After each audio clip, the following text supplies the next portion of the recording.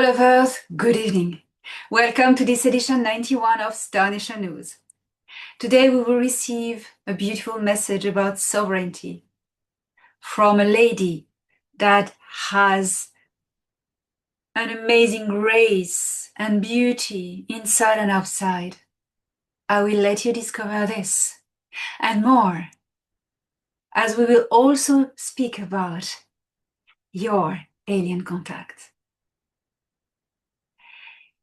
Now, fasten your seatbelts and engage.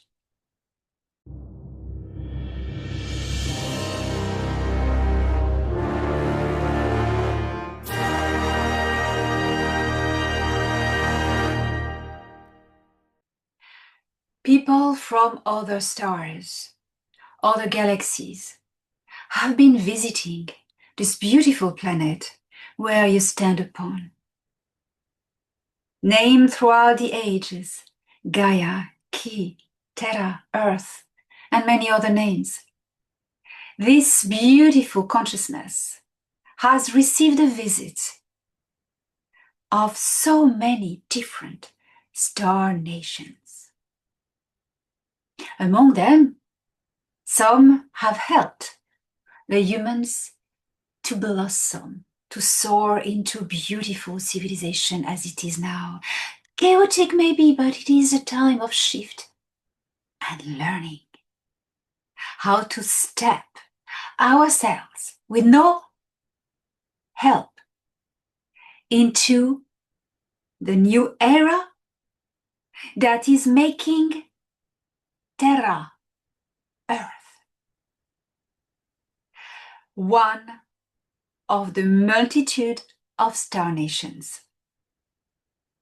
Among those who visited Earth were people who seemed similar in appearance, but in truth were from different origins, such as, for instance, those you would call Nordics. Who are the Nordics? We call them Nordics because they look like Nordic Scandinavian Earth people. Tall, blonde, fair skin, clear eyes.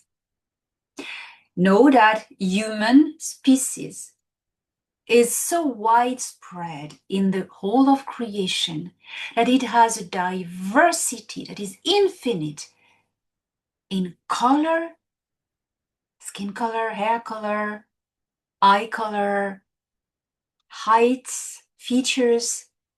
They're all going by the beautiful sovereign name of human, but man especially.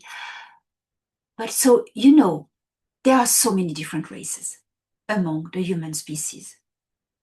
Those we have come to call Nordics are those who look like tall, blonde, fair races, because these races come from different cultures.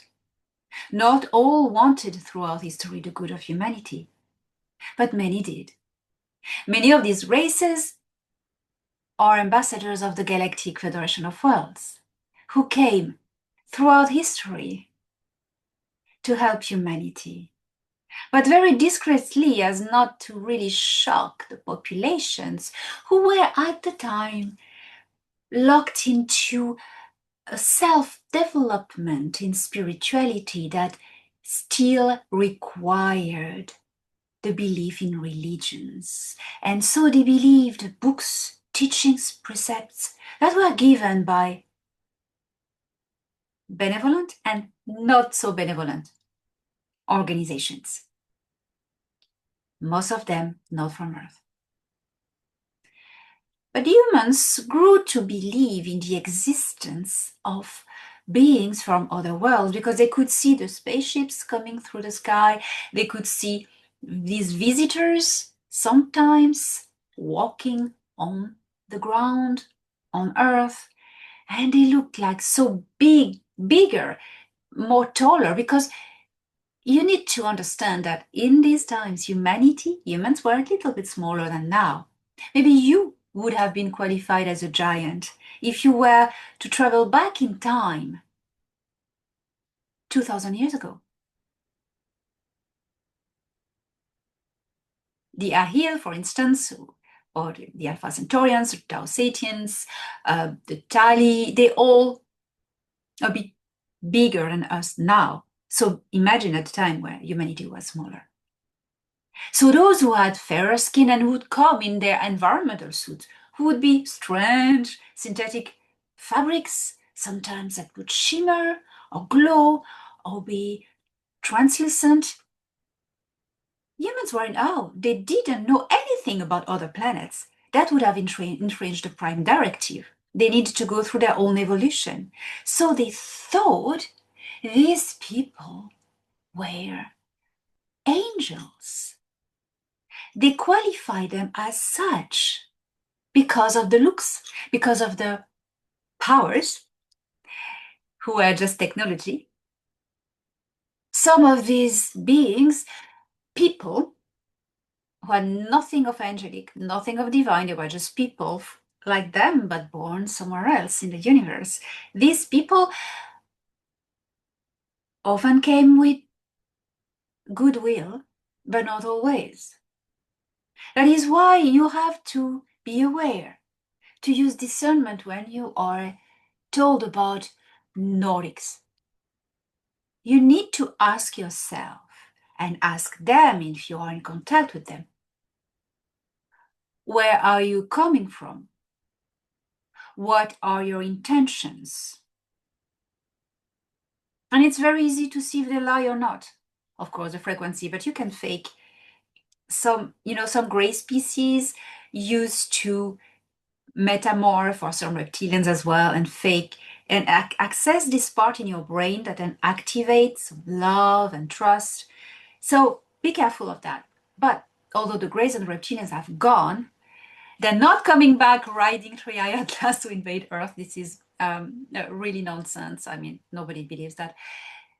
These people who have come all through history, some didn't want the good of humanity, but acted like it. And it's very easy to spot when they lie when you ask questions.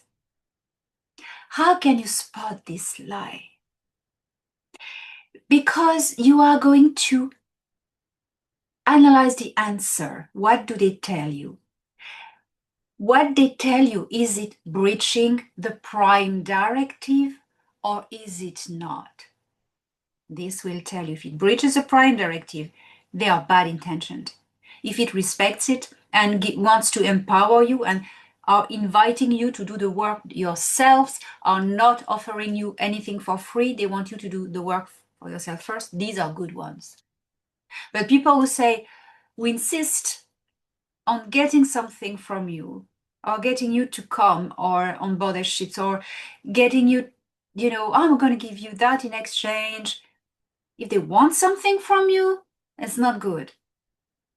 If they are stepping there to be in the background and saying, hey, you could do this, that would be great.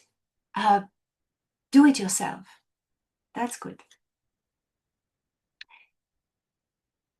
As humanity awakens, you develop discernment, feeling. So visitors from other star systems are all like you, fractals of Creator's consciousness. And once you know that we are all, every life form in the universe, children of Creator. Even the reptilians, they have been created as a fractal of Creator. That they choose to embrace the path of destruction and deception is their path. It's not yours. You have a different path. That is why so many civilizations in this creation fight against each other for balance, for evolution. That is how it is called, evolution. Without trigger, there is no evolution. Without challenges, there is no perfection. They are not, these people who visit Earth, they are not angels. They are not demons. They are physical people like you, different species, different cultures. No matter, we don't care. Angels, and demons are etheric, non-incarnated beings, which belong to etheric spheres of life, of a particular world of planet. Earth is like an onion in layers of etheric densities. You have the lowest vibration, you have the demonic, the ones who prey on others' energy, who eats you, who create addiction, who just boost your ego, your greed, your pulsions, your reaction, your activity, your anger, your aggressivity. And then you have a higher etheric plane where we call angelics. Still non-incarnated, but these ones will bridge the energy from source creator through them and give it to you. The ones below take and have the path of destruction, the demons, and the ones above give. Angels are givers, demons are takers. That's everything you need to know. And they're non-incarnated beings, they are entities. Nothing to do with visitors from other star systems who are real physical people.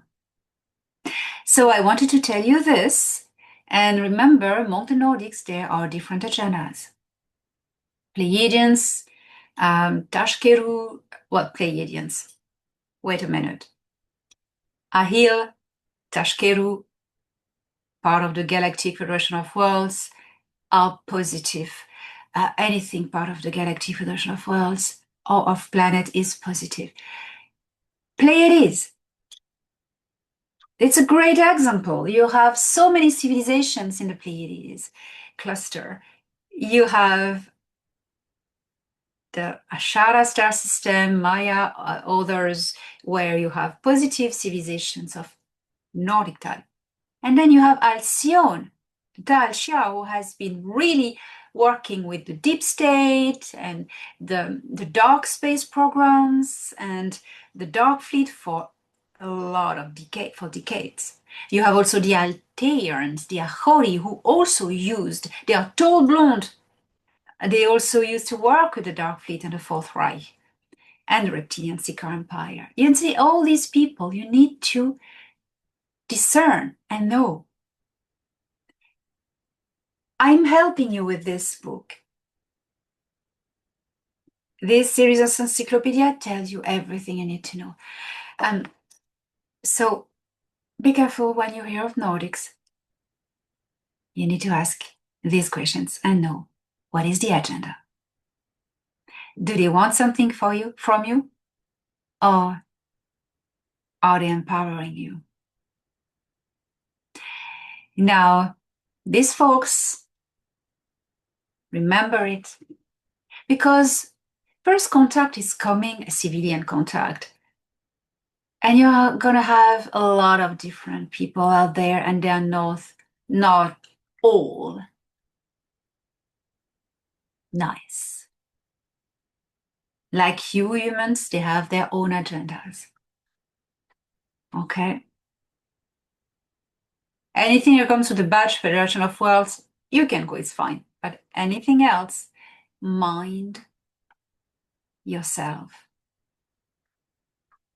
Because you have been dealing, humanity, until now, with a planetary community of people. And in a town in particular, you have good people, you have safe places, you have unsafe places, streets where you will not go. The galaxy is the same.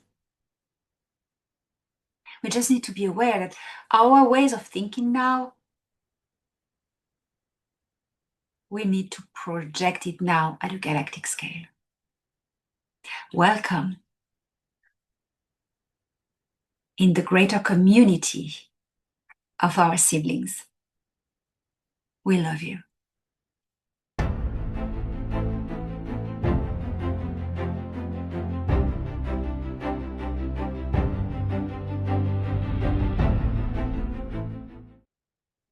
I met Princesa Inanna on board the Nibiru starship, where Ea dwells and is actually in the orbit of Jupiter. The Nibiru is a formidable spherical ship that is very ancient and that is about the size of Luna, Terra's moon. There's a lot of people on board the Nibiru, and there is a friend, an old friend of mine. We used to be very close in the past, and we were happy to see each other again 2 years ago when we met again. Inanna is the name by which she's known on Earth. Her name is longer, but that's her surname. And I will keep on calling her like this for you to relate to this person.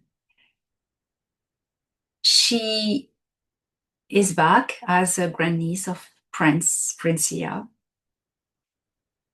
And sometimes we meet. She's very beautiful. She's very beautiful inside and outside, very lively, very joyful, very feminine, and very wise. And we have amazing conversation apart from going through her wardrobes and jewelry and gardens. And she's a lot like this as well, but she's very wise, very grounded, and she's, to me, the perfect harmonious proof that you can merge in perfect balance and harmony, girliness and wisdom. She is very inspirational to me, and so I hope she will be to you. Here is a recording of her talking about sovereignty on the magnificent visuals from Stefzak.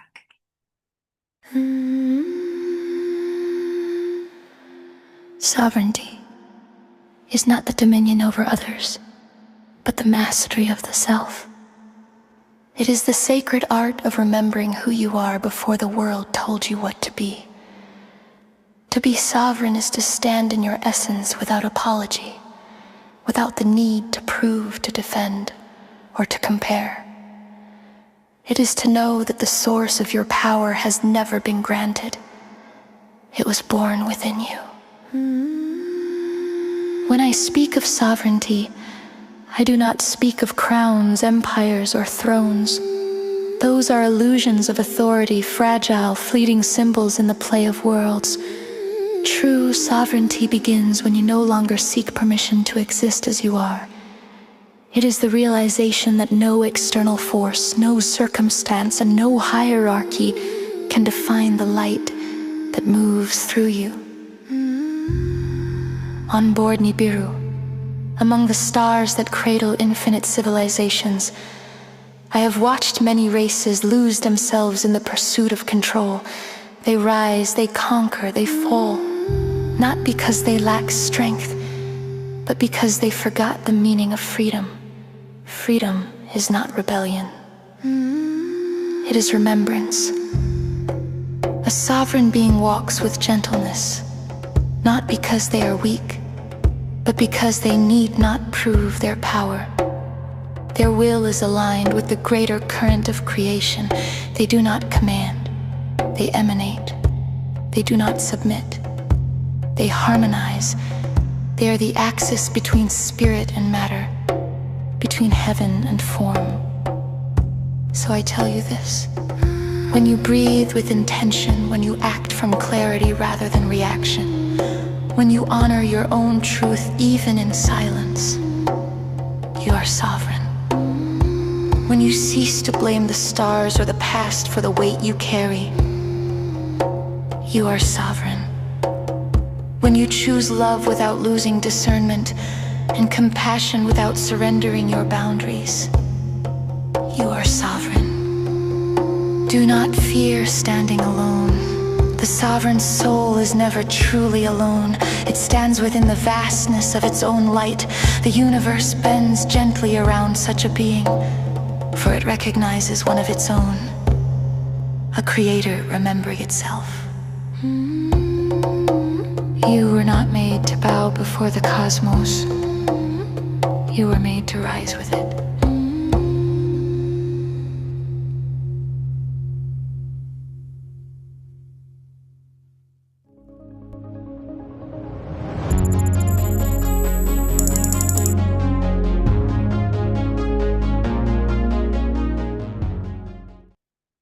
3i Atlas is now behind the sun, the solar system's star, regenerating with the torsion field of the star, pumping the frill generated by the ether at the contact of the pulse wave of the sun. That's how they do. These explorers are going from star system to star system to reboost themselves with the rayonance, the pump waves energy field of the stars, the torsion fields, the gravity waves of the stars radiating back to space, activate freely in the ether. And so these beings assimilate it and rejuvenate and take some power, and they can go on their journey. That's what you do when you stand outside on this planet, staring at the sun, eyes closed, don't look at it, and just soaking in the power of the sunlight. You do exactly it. Isn't it rejuvenating to just feel the sun on you and just soak in its power? You are soaking it in frill. That's what he's doing at the moment. And he will leave the star system in March after having studied Jupiter on its way out. If you want to know more on 3i Atlas, I advise you to watch my 2 last Star Nation news, 89 and 90. Humans of key, you are a compound of an incredible melting pot of genetics from even other galaxies. Each of these genes, well, genomes. A genome is a sentence composed of words. Each word is a gene. I will explain all of this in my upcoming webinars on Genesis. Genesis 1 is on the 26th of October, very soon. Webinar Q&A 28th on the 26th of October, 2 p.m. EST, at the link below.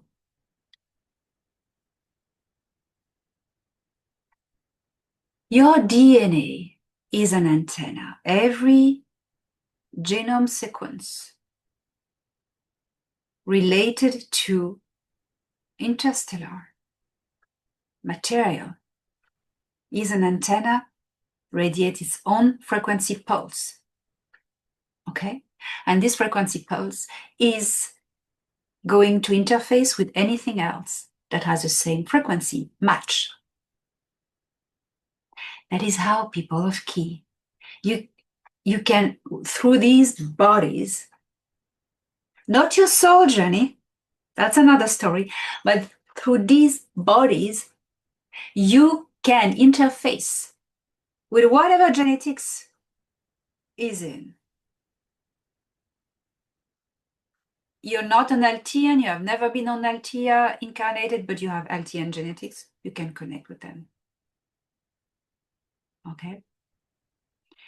You need to separate the path of the soul and reincarnations and the genetic bloodlines you borrow for the time of a lifetime. You have your own soul journey heritage because everything you've interfaced with as incarnating on different worlds, you keep it. You keep an imprint, a trace of it. And this trace you can still quantumly entangle with your soul cluster there. That's your soul journey, your soul essence. Now, you have the body you're incarnated in now, at the moment. You are borrowing an earth bloodline, and that is a privilege because these earth bloodlines are a treasure chest of a genetic pool that is spectacular, phenomenal.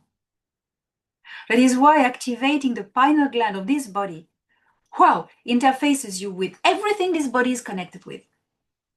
That's why what the deep state doesn't want you to know. That's why they are trying to calcify your pineal gland.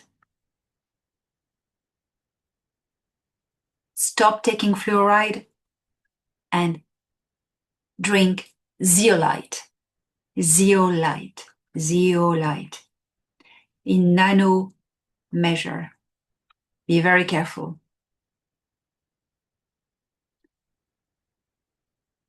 You can connect with these people. You can project your consciousness, which is not part of this body, but the body is then the transmitter, the bridge, the DNA, the genes that are in resonance with these other people. It bridges your consciousness that can travel, that can interface and connect on it to these people. All you need to do, that's what you are going to ask, what do I need to do? Meditation. Going within. This is very simple. You visualize your DNA. It is very interesting not to try to put an image you've seen on the internet of a DNA double spire. Tell your being, yourself, now I want to visualize my DNA. What you will see is an infinite of possibilities. Allow your mind to be open to these possibilities. You are now discovering this power that is in you. That you can connect directly with a galaxy 45 million light years from here. You can, because you have the perfect vehicle. The perfect vehicle. So fasten your seatbelts and engage.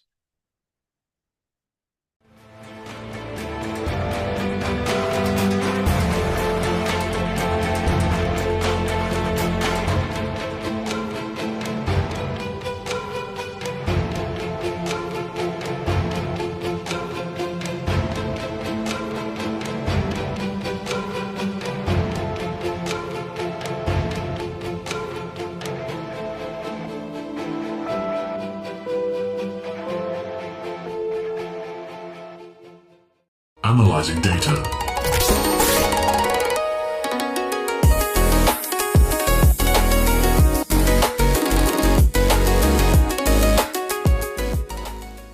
The Sixtus star system is located 449.25 light years away from Earth, and it is home to the Tao Shan Sharakin, a highly advanced spacefaring civilization.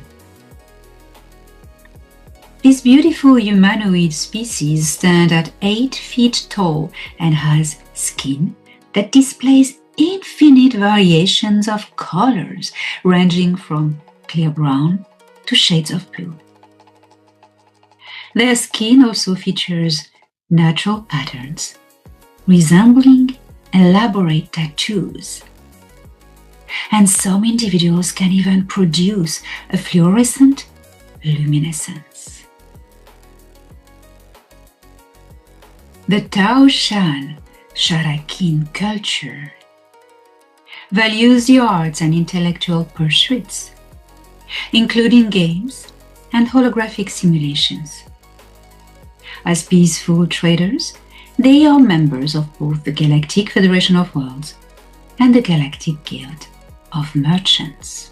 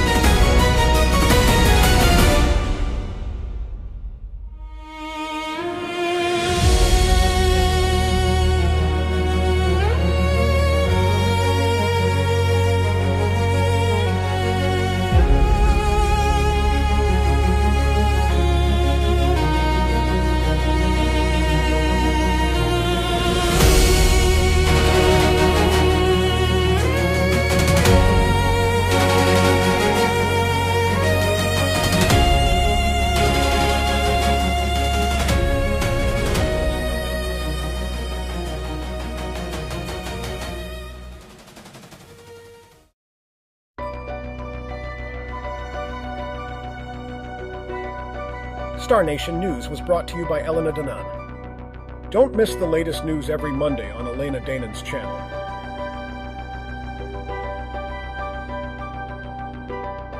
Video directed by Stefzak.